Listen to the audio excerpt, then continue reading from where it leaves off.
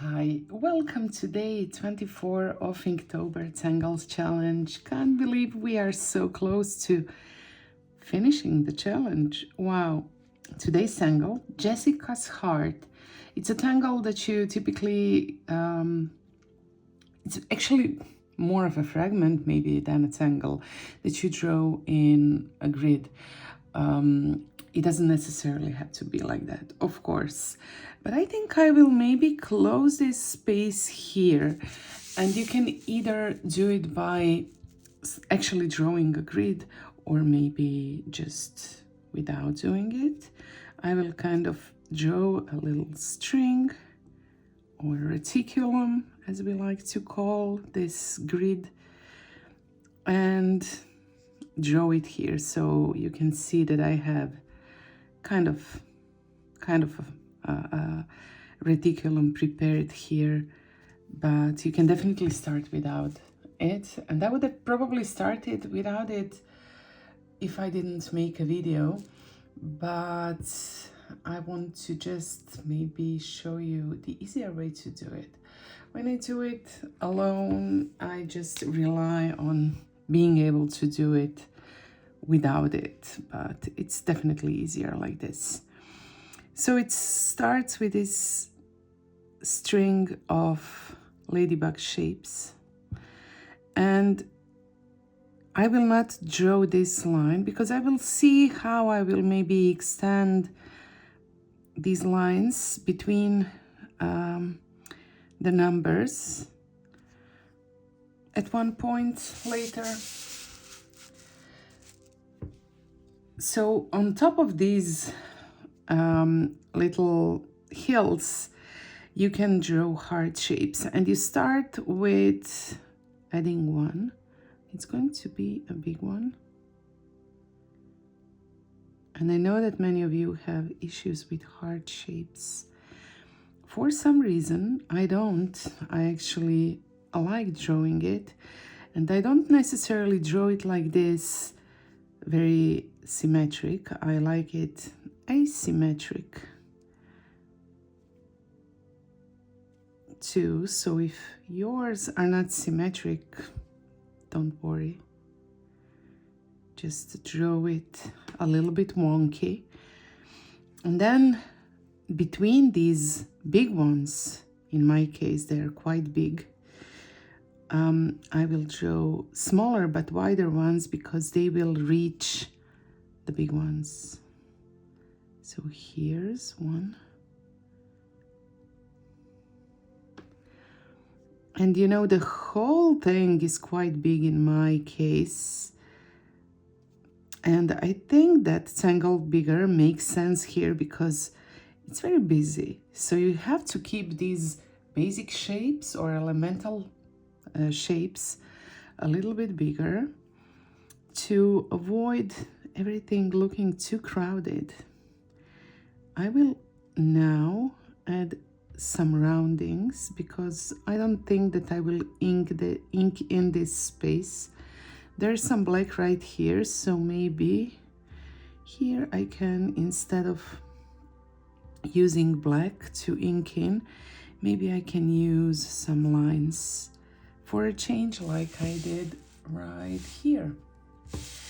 So that's actually it. This is the tangle, and I will ink in this close to the tangle that I, if you remember, had some challenges with. But because this tangle is, you know, quite complex, maybe a little bit of black will bring out these ribbons. And then I will add lines. And the good thing is, when you start with lines, if you change your mind and if you think, okay, it's just too much, you can still ink in and cover the lines. However, if you ink in, you can only go back by drawing something with a gel pen over it, which is also an option. Sometimes I just keep adding the layers until I'm finally happy with what I have. So this little piece here I will ink in, and I will add roundings to the other spaces, and then draw lines. When I draw lines, I can play with shading below the shapes. Maybe not necessarily below. And here I think the lines are a better choice, maybe even the only choice, because we have these bugs that are actually inked in, so we can't really ink in, then we will lose the tangle. So when I was starting this, I thought about maybe using aura lines about a little bit more to kind of divide the tangles from each other. And I do like aura lines, and I think that I use them fairly, or quite a lot. But for some reason, I don't actually use them. I like my tangles to bump into each other, like I also used them here. So I didn't really do that. I didn't really draw auras around the tangles so that it's maybe easier to see where one begins and the other one ends. And I'm trying to rely on shades and highlights to make these distinctions between the tangles. And you know, if you are tangling along, you can consider sometimes using a little bit more aura lines to divide the tangles. Now I'm just using the blending stump to blend this, but it seems that I need a little bit more graphite, maybe lighter graphite, to make these transitions a little bit smoother.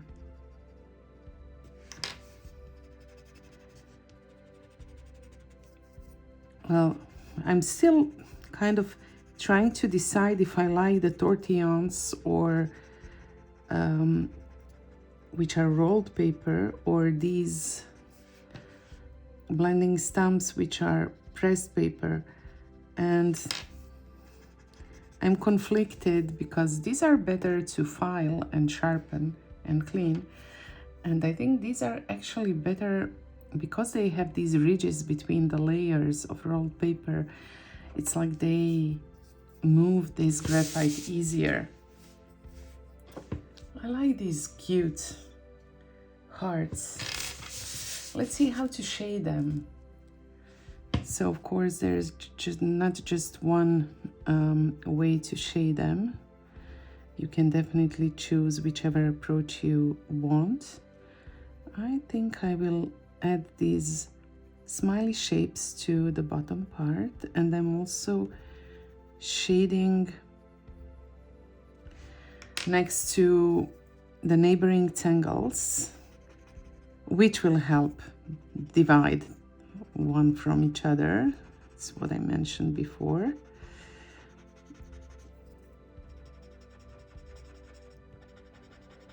And I'm still not sure what I will do with this top part.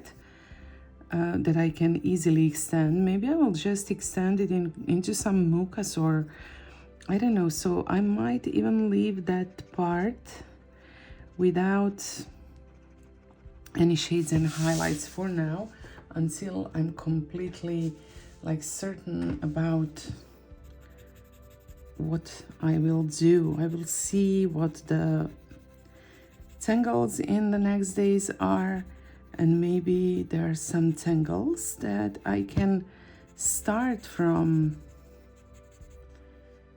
these shapes right here.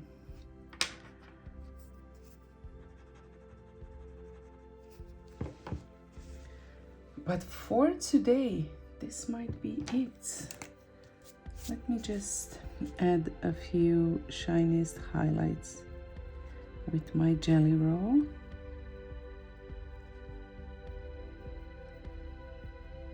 Like this. And after that, I will just say goodbye, thank you, and see you tomorrow.